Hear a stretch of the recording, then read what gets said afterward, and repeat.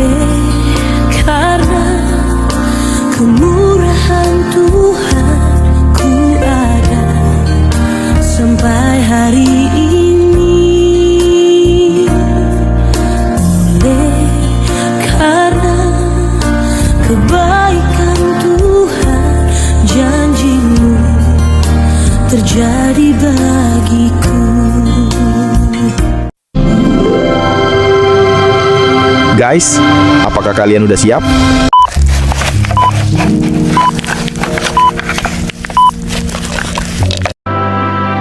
My dears, jika kamu dihadapkan pada dua pilihan, kasih dan dosa, pilihlah kasih. Dosa akan membuatmu menjauh dari kasih-Ku, namun kasih-Ku akan membuatmu menjauh dari dosa itu. Sadarlah bahwa iblis akan terus menggoda untuk kamu selalu menuruti keinginan dosa. Iblis ingin menjauhkanmu dari kasih-Ku. Iblis selalu mengintimidasimu dengan dustanya dan berkata bahwa kamu tidak layak. Ingatlah dan jangan pernah ragu bahwa kasih-Ku lah yang melayakkanmu terima anugerah. Kasih-Ku menutupi segala pelanggaranmu. Aku menanggung semua kutukmu dan telah menyelamatkanmu. Aku menanggung semua penyakitmu dan telah menyembuhkanmu. Aku menanggung semua sengsaramu dan telah memulihkanmu.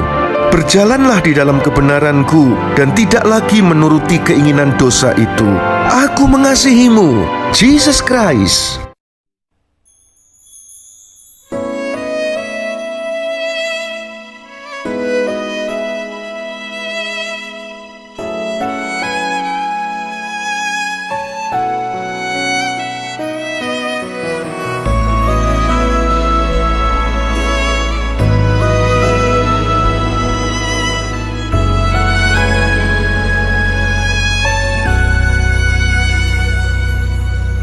Berkata atas pujian kami disembah di atas segala tata, Kau mulia, Raja segala raja.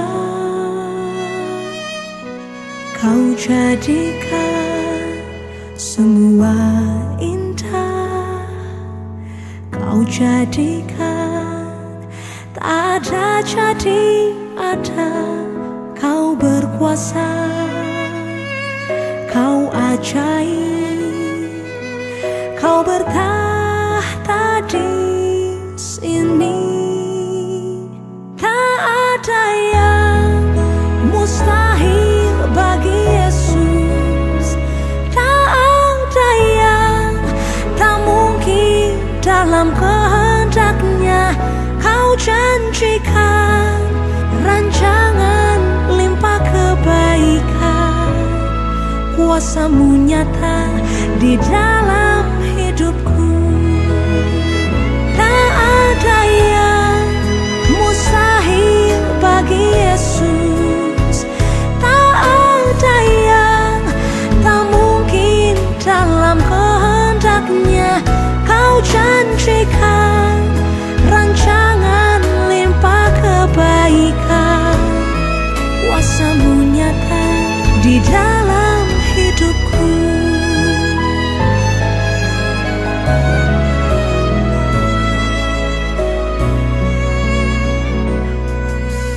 Kau jadikan semua indah, Kau jadikan tak ada jadi ada.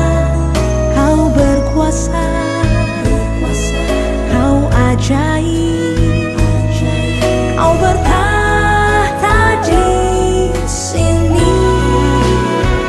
Tak ada yang mustahil bagi Yesus, tak ada yang tak mungkin dalam kehendak-Nya.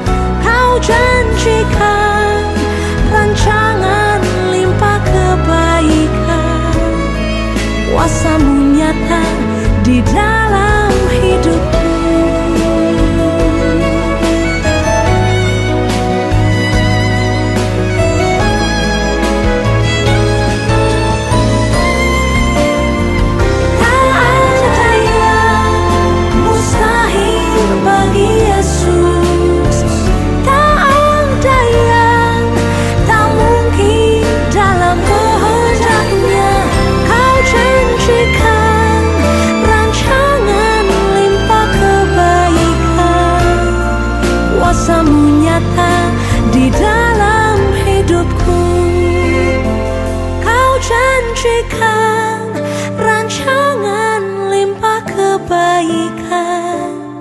kuasa-Mu nyata di dalam hidupku.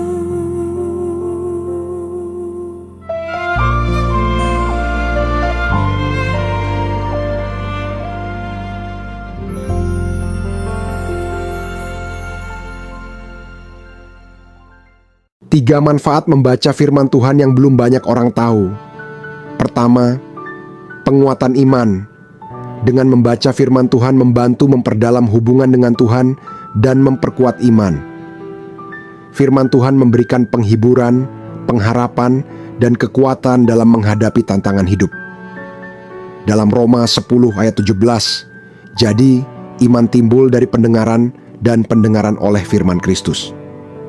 Begitu juga dalam Mazmur 119 ayat 105 berkata, firman-Mu itu pelita bagi kakiku dan terang bagi jalanku.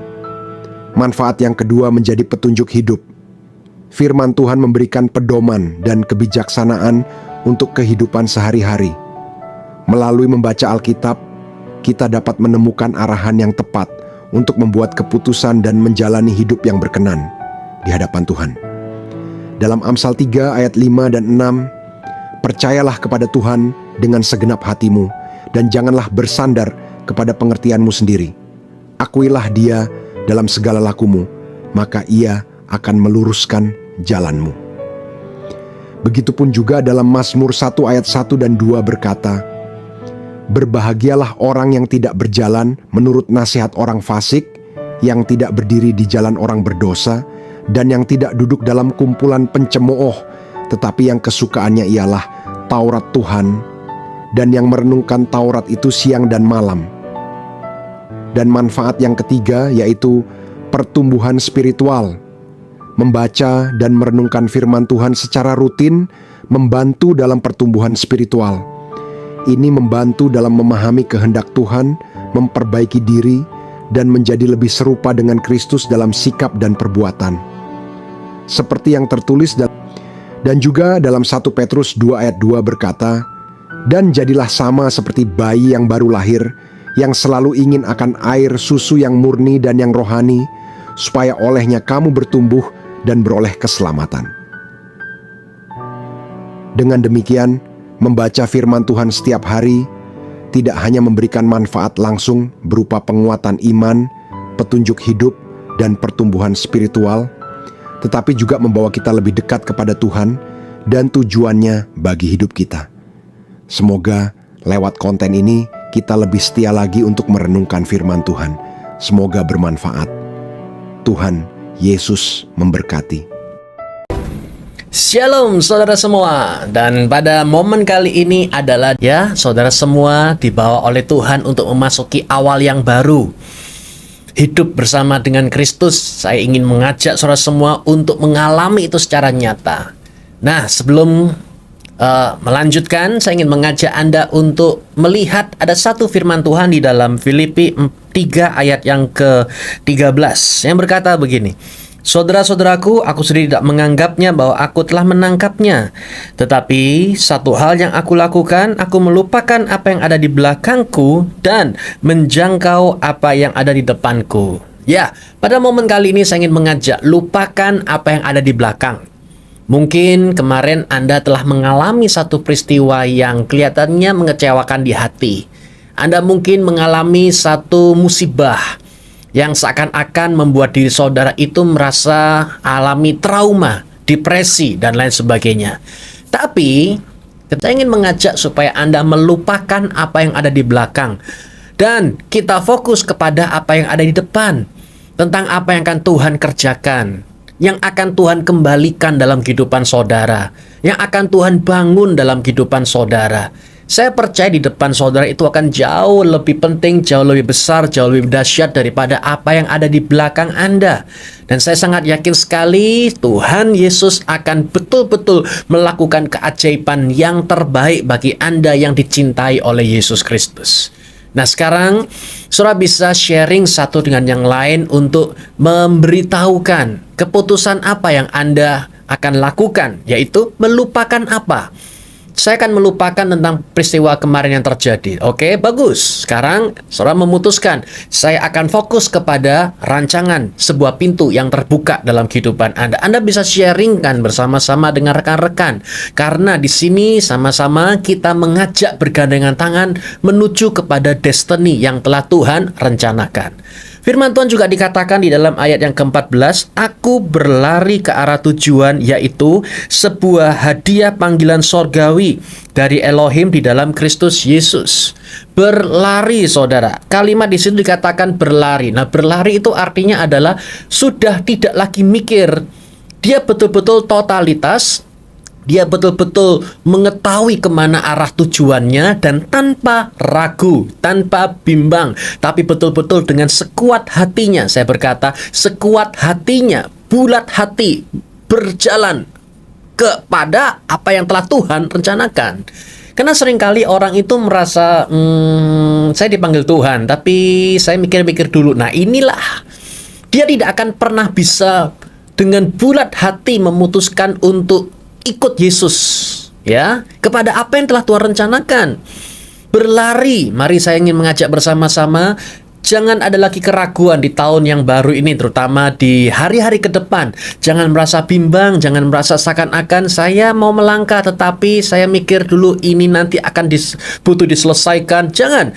Tetapi saudara, dengan bulat hati Anda berjalan bersama dengan Yesus Kristus, Sang Juru Selamat yang luar biasa. Lanjut dikatakan, ke arah tujuan, yaitu sebuah hadiah panggilan sorgawi. Panggilan sorga. Nah, inilah yang saya coba sampaikan, yaitu saudara lihat, Tuhan Yesus tuh punya panggilan dalam kehidupan Anda. Sebuah panggilan yang sempurna, sebuah tujuan hidup yang sangat luar biasa.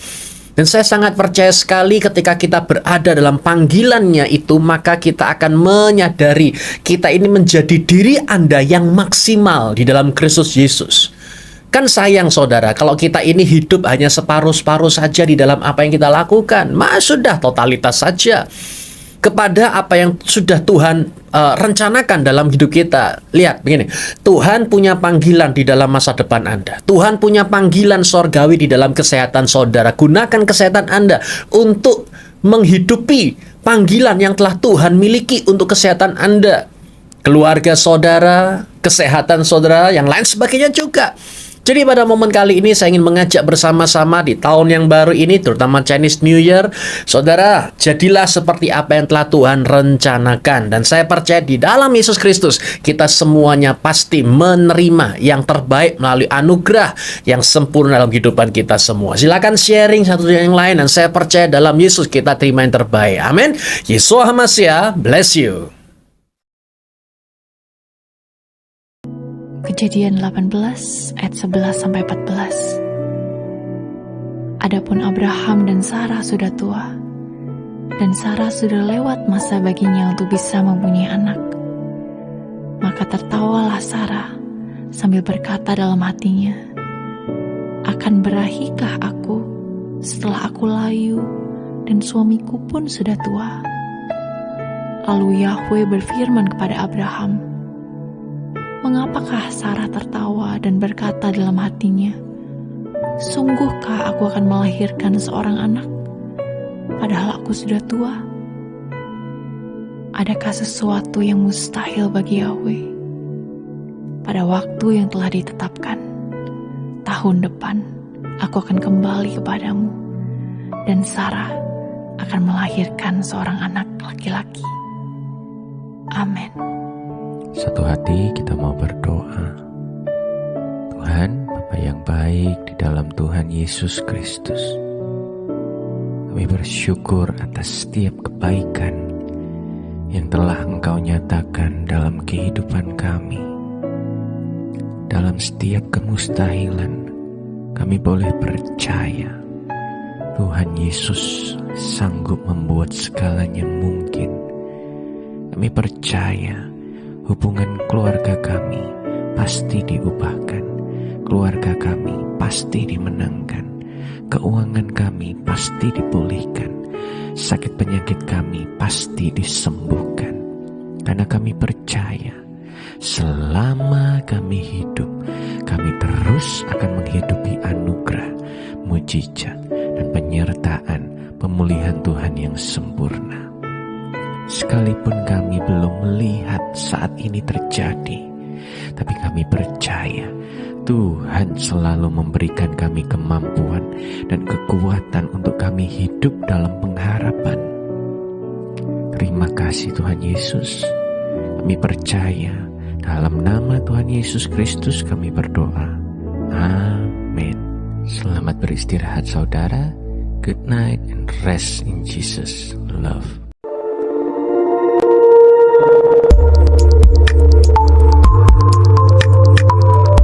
Guys, terima kasih udah mau nonton ya.